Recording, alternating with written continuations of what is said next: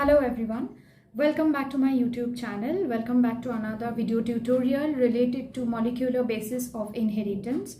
So till date we have studied about the structure of the DNA, discovery of the DNA.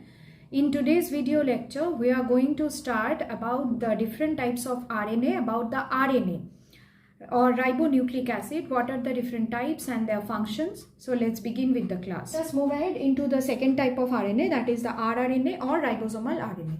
So as the name suggests, it is a very complex type of molecule. It is forming a kind of further rolls and they are like this kind of loops and this kind of helix. So this is a kind of three-dimensional type of a structure, and this is a very complex kind of a structure.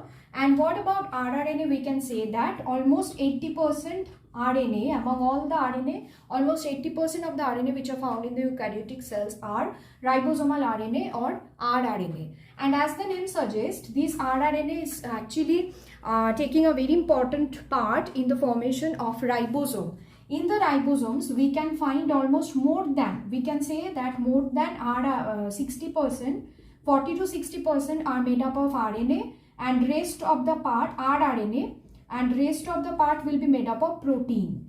So in this way the formation of ribosome happens. Formation of ribosome will happen. So ribosome is made up of almost more than 40 to 60% of rRNA, and rest of the part will be made up of protein, and in this way it can make the ribosome. And actually what happens during protein synthesis, this rRNA will help the ribosome to get attached to the specific site on the mRNA, so that the amino acids can come and recognize that region and the peptide bond can be formed. There are specific sites in the ribosomes which will help in the formation of peptide bond, that is the CONH bond between two amino acid molecules by the removal of one molecule of H2O, so that the protein chain can be formed, because protein is made up of so many amino acids residues, right? So this is about the rRNA, and this is about the ribosomal RNA.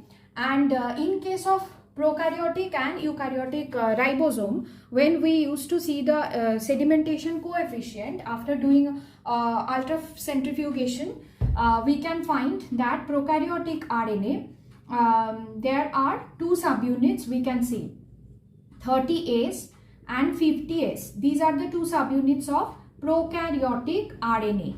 These are the two subunits of prokaryotic RNA. So in the prokaryotic RNA, 30S and 50S, these are the two subunits. S is the representation of Svedberg unit, which is the sedimentation coefficient. So this 30S is made up of basically 16S rRNA. So 16S rRNA is present in this 30S unit, and in the 50S unit there is the presence of 23S and 5S rRNA. So 23S and 5S rRNA is present in the larger subunit of prokaryotic cell. While on the other hand, let me just rub it.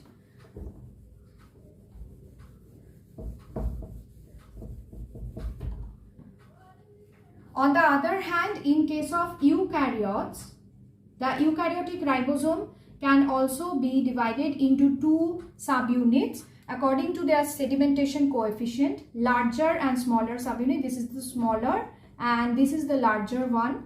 And so in case of smaller subunit, this is made up of 18S rRNA, and in case of larger subunit, this is made up of 5S, 5.8S and 28S rRNA. So if you will see the portion or the total amount, then you can find it out very clearly that the ribosome is made up of almost more than 40 to 60% of rRNA, and the rest of the part will be made up of protein. Okay, so this is the part. And in case of rRNA, one more interesting fact let me just tell you about rRNA, that is there is more than 50%, almost more than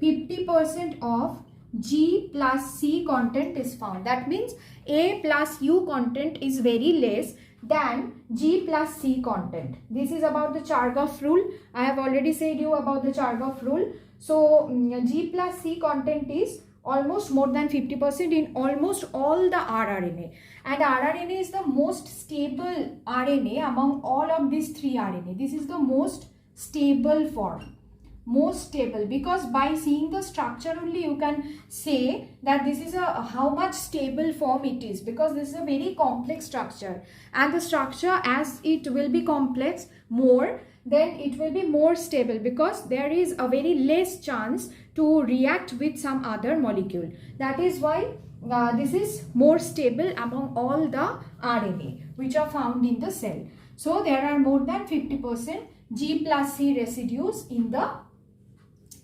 rRNA.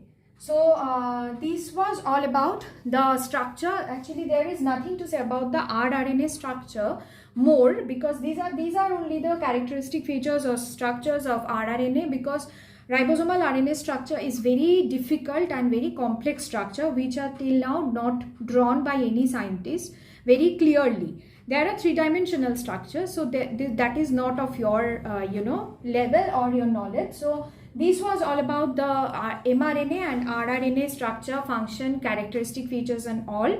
And I'll make a separate video, or stay tuning to my channel. And if you found this video helpful, then please don't forget to like, share and subscribe to my channel, and comment down below if you have any question related to this topic. Thank you.